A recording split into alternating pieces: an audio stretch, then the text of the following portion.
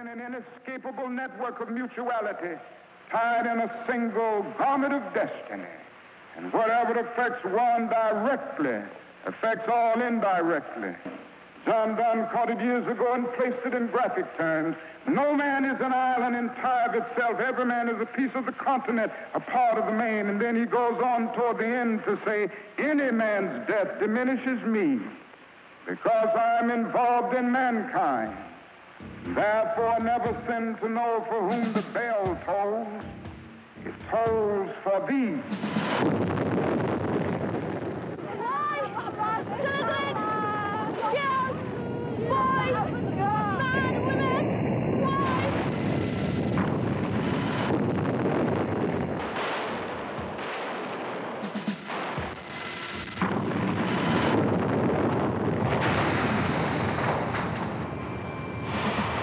The invasion was swift, intense, and merciless.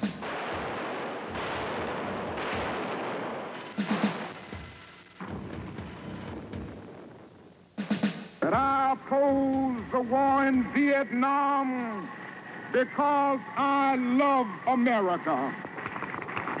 I speak out against it not in anger, but with anxiety and sorrow in my heart, and above all with a passionate desire to see our beloved country stand as the moral example of the world.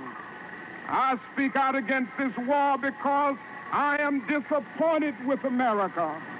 There can be no great disappointment where there is no great love. For those who say to me, stick to civil rights, I have another answer.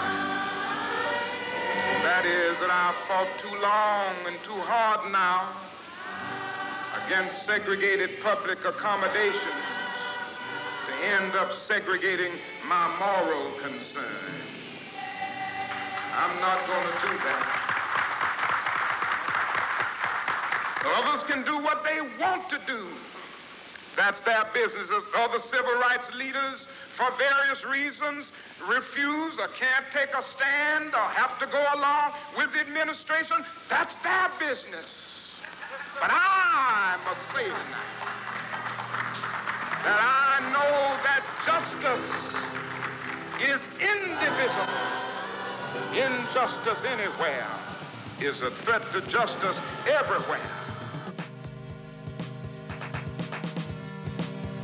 My expertise, as you know, is CIA, Marine Corps, 3 CIA secret wars. I had a position in the National Security Council in 1975 as the chief of the Angola task force running the secret war in Angola. It was the 3rd CIA secret war I was part of. The National Security law creating the National Security Council and the CIA, as you know, was passed in 1947. The CIA was given this charter to perform such other duties and function as might be necessary to the national security interests, and given a vague authority to protect its sources and methods. I think it was in the mid-'80s that I coined this phrase, the Third World War, because in my research I realized that we were not attacking the Soviet Union and the CIA's activities. We were attacking people in the Third World. And I'm going to just quickly, in the interest of time, just give you a little sense of what that means, this Third World War. Basically, it's the third, I believe, in terms of loss of life and human destruction, the third bloodiest war in all of history. They undertake to run operations in every corner of the globe. They also undertook the license of operating just totally above and beyond U.S. laws. They had a license, if you will, to kill, but also they took that to a license to smuggle drugs, a license to do all kinds of things to other people in other societies in violation of international law, our law, and every principle of nations working together for a healthier and more peaceful world. Meanwhile, again, they battled to convert the U.S. legal system in such a way that it would give them control of our society. Now, we have massive documentation of what they call the secret wars of the CIA. We don't have to guess or speculate. We had the Church Committee investigate them in 1975, gave us our first really in-depth, powerful look inside this structure. Senator Church said in the 14 years before he did his investigation that he found they had run 900 major operations and 3,000 minor operations. And if you extrapolate that over the whole period of the 40-odd years that we've had a CIA, you come up with 3,000 major operations and over 10,000 minor operations. Every one of them illegal, every one of them disruptive of the lives and societies of other peoples, and many of them bloody and gory beyond comprehension almost. Extensively, we manipulated and organized the overthrow of functioning constitutional democracies in other countries.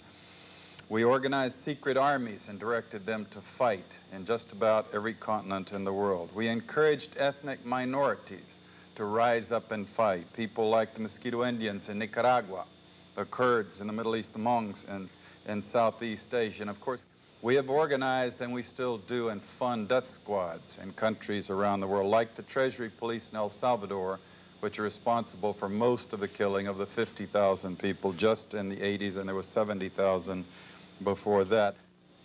And orchestration, CIA, secret teams, and propaganda led us directly into the Korean War. We were attacking China from the islands, Quemoy, Matsu, Thailand, Tibet. A lot of drug trafficking involved in this, by the way, until eventually we convinced ourselves to fight the Chinese in Korea, and we had the Korean War, and 1 million people were killed. Same thing for the Vietnam War, and we have extensive documentation of how the CIA was involved at every level, or the national security complex, because it's a very cooperative thing, into manipulating the nation into the Vietnam War. And we wound up creating the Golden Triangle, in which the CIA, Air America airplanes, were flying in arms to our allies and flying back out with heroin. We launched the largest, this is something that Jimmy Carter did, Admiral Turner brags about it, the operation in Afghanistan. Biggest single operation, I'm told, in the history of the CIA's secret wars. And sure enough, very quickly we produced the Golden Crescent, which is still the largest source of heroin perhaps in the world today. Trying to summarize this Third World War that the CIA, the U.S. national security complex with the military all interwoven in it in many different ways, has been waging. Let me just put it this way. The best heads that I coordinate with studying this thing, we count at least minimum figure 6 million people who've been killed in this long 40-year war that we've waged against the people of the Third World. These are not Soviets. We have not been parachuting teams into the Soviet Union to kill and hurt and maim people, especially not since 1954, when they developed actually a capability of dropping atomic weapons on the United States. They aren't British, French, Swedes, Swiss, Belgians. We don't do bloody, gory operations in the countries of Europe. These are all people of the Third World. They're people of countries like the Congo, Vietnam, Cambodia, Indonesia, Nicaragua, where conspicuously they nor their governments do not have the capability of doing any physical hurt to the United States. They don't have ICBMs. They don't have armies or navies. They could not hurt us if they wanted to. There has rarely been any evidence that they really wanted to, and that, in fact, is perhaps the whole point. If they had had ICBMs, we probably wouldn't have done the things to them for fear of retaliation. Cheap shots, if you will, killing people of other countries of the world who cannot defend themselves under the guise of secrecy and under the rubric of national security.